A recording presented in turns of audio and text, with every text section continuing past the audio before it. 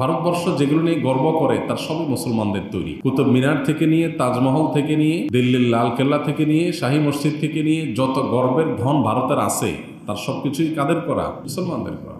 সম্প্রতি ভারতের বিতর্কিত ওয়াকফ আইন স্থগিত করে দিয়েছে সুপ্রিম কোর্ট। এ বিষয়ে আমাদের কি মন্তব্য করা উচিত? দেখুন, আমাদের পার্শ্ববর্তী দেশের মুসলমানরা ভালো নেই, তারা অনেক কষ্টে আছে। আমরা তো ফিলিস্তিনি মুসলমানদের জন্য চোখের পানি ফেলছি, কান্নাকাটি করছি, কিন্তু বাস্তবতা হলো আমাদের পার্শ্ববর্তী দেশের মুসলমানরাই চরম সংকটের মধ্যে দিনাতিপাত করছে, পরম বিপদের মুখোমুখি তারা। সেখানে পান থেকে চুন খসলেই মুসলমানদেরকে হত্যা করা হচ্ছে, খুন করা হচ্ছে, শহীদ করে দেওয়া হচ্ছে, তাদেরকে জয় শ্রীরাম বলতে বাধ্য করা হচ্ছে, না বললে তাদেরকে পিটিয়ে মেরে ফেলা হচ্ছে। সামান্য মিথ্যা এবং ঠুনকা অজুহাত, গরুর গোশত কারোর ফ্রিজে আছে, এ ধারণার উপর ভিত্তি করে মানুষকে পিটিয়ে মেরে ফেলা হচ্ছে। হোলির রং মাখতে না চাইলে তাকে দিন দুপুরে রাস্তায় পিটিয়ে মেরে ফেলা হচ্ছে, রক্তাক্ত করা হচ্ছে। মসজিদগুলোকে একের পর এক ভেঙে দেওয়া হচ্ছে। সেখানে এই যে ওয়াকফ বিল যেটা উত্থাপিত হয়ে পাশ হয়েছে, সেটা আইনের আকার ধারণ করতে যাচ্ছে। এটা ভারতের মুসলমানদের উপরে মরার উপরে খড়ার ঘায়ের মতো। এমনিতেই মুসলমানদের সেখানে অধিকার বলতে কিছুই নেই।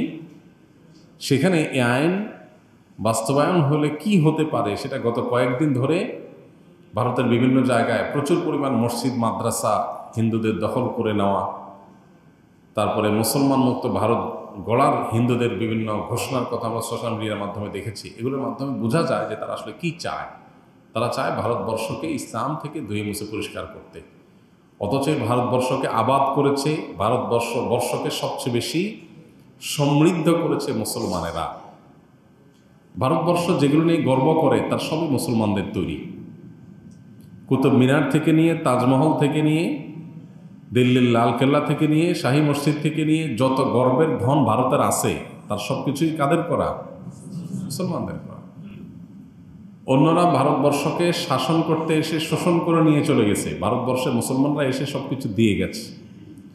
অন্যরা এসে লুট করে চলে গেছে, ভারতবর্ষে মুসলমানরা এসে শাসন করে এখানে তাদের কবর হয়েছে, এখানে তাদের জীবন যৌবন, এখানে তাদের সব ছিল, এখান থেকে কিছু নিয়ে যায়নি এবং সব দিয়ে গেছে।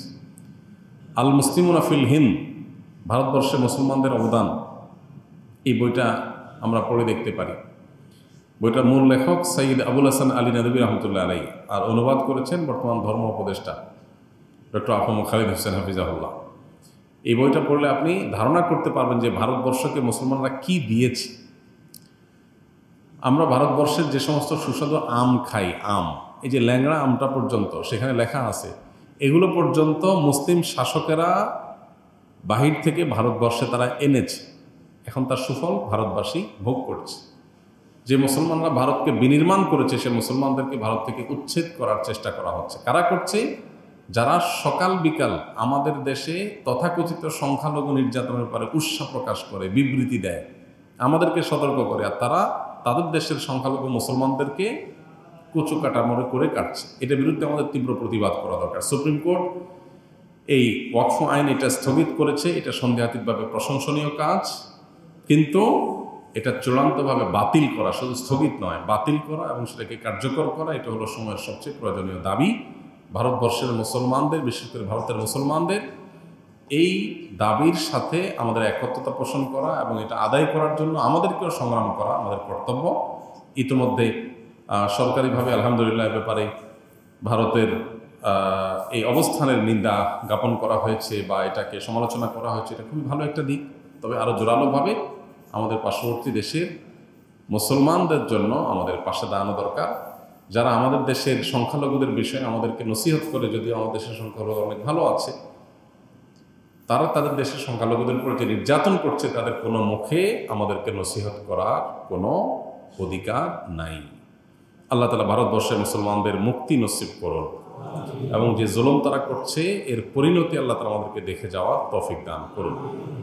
আমাদের প্রত্যেকটা মানুষের যার যার জায়গা থেকে তাদের প্রতি আমাদের প্রতিবাদ অব্যাহত রাখতে হবে এবং এর অংশ হিসাবে তাদের বিভিন্ন পণ্য ইত্যাদি এগুলো না কিনে দেশীয় পণ্য কেনার অভ্যাস আমাদের করতে হবে।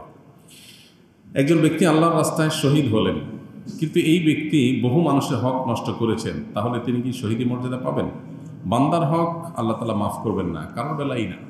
অতএব কেউ আল্লাহর রাহে গিয়ে জীবন বিলিয়েছেন, এটা ভালো কাজ হলেও তিনি যে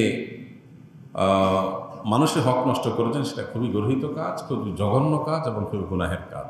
সেটার জন্য তার তওবা করতে হবে এবং তার পক্ষ থেকে তার ওয়ারিসরা অন্যের হক যেগুলো তার কাছে পাওনা আছে সেগুলো পরিশোধ করার উদ্যোগ নিতে হবে। তারপর আশা করা যায় আল্লাহ তাআলা তাকে মাফ করবেন। তবে কোনো কোনো বান্দা, তাদের প্রতি আল্লাহ তাআলা সন্তুষ্ট হয়ে গেলে তাদের বান্দার হকগুলোকে আল্লাহ তাআলা আদায় করে দেন কিয়ামতের ময়দানে বিভিন্নভাবে। হাদিস থেকে সেটা বোঝা যায়। তাদেরকে সন্তুষ্ট করে আল্লাহ তাআলা ওই ব্যক্তিকে দায় মুক্ত করেন। এটা এক্সক্লুসিভ ইস্যু। শুক্রবারের আমলসমূহ জানতে চাই যা আমি মৃত্যুর আগ পর্যন্ত পালন করতে পারবো। শুক্রবারের সবচেয়ে বেশি যে আমলটা করতে হবে সেটা দুরূদ শরীফের আমল। যে কোনো দুরূদ শরীফ পড়তে পারেন। দরুদ ইব্রাহিম যেটা, এটাও পড়তে পারেন। আল্লাহুম্মা সাল্লি আলা মুহাম্মাদ ওয়া আলা আলি মুহাম্মাদ কামা সাল্লাইতা আলা ইব্রাহিম ওয়া আলা আলি ইব্রাহিম ইন্নাকা হামিদুম মাজিদ। আল্লাহুম্মা বারিক আলা মুহাম্মাদ ওয়া আলা আলি মুহাম্মাদ কামা বারাকতা আলা ইব্রাহিম ওয়া আলা আলি ইব্রাহিম ইন্নাকা হামিদুম মাজিদ। এইভাবে যে কোনো দুরূদ আপনি পড়তে পারেন। এটা কখন পড়বো আমরা? বৃহস্পতিবার সন্ধ্যা থেকে সূর্য ডোবার পরপর শুক্রবার শুরু হয়, এটা চলতে থাকবে শুক্রবার সূর্য ডোবার আগ পর্যন্ত। নবী করিম সাল্লাল্লাহু আলাইহি ওয়াসাল্লাম বলেছেন, আকসিরু আলাইয়া মিনাস সালাতি মিন ইয়াউমিল জুমআতি ওয়া লাইলাতিল জুমআহ ফা ইন্না সালাতাকুম মা'রুদাতুন আলাই। তোমরা আমার প্রতি জুমার রাতে, অর্থাৎ শুক্রবার রাত, তার মানে বিশুদ্ধ দিবাগত রাত, কারণ হিজরি বর্ষ অনুযায়ী, চান্দ্র বর্ষ অনুযায়ী রাত আগে আসে। এই রাতে এবং শুক্রবার দিনে আমার প্রতি বেশি বেশি দুরূদ পাঠ করবে, কারণ তোমরা যে দুরূদ পাঠ করো ফেরেশতাদের মাধ্যমে সেটা আমার কাছে পেশ করা হয়। এটা নবীজি বলেছে। এটা হলো সবচেয়ে বেশি আমল, দুরূদ বেশি বেশি করে পাঠ করা। কোনো সংখ্যা ঠিক নেই, যত বেশি সম্ভব পাঠ করা। নাম্বার 2, সূরা কাহাফ তেলাওয়াত করা। যে ব্যক্তি জুমার দিন সূরা কাহাফ তেলাওয়াত করবে দিনে বা রাতে, এটি কিয়ামতের দিন তার জন্য নূর বা আলো হয়ে আবির্ভূত হবে অন্ধকারের সময়।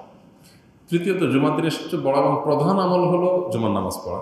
সেটার জন্য আগে আগে চলে আসা মসজিদে। যেই যত আগে আসবে সেই তত বেশি সওয়াবের ভাগীদার হবে। অতএব যত আগে আসা যাবে জুমার দিন তত বেশি এটা আমাদের জন্য ফজিলতপূর্ণ হবে।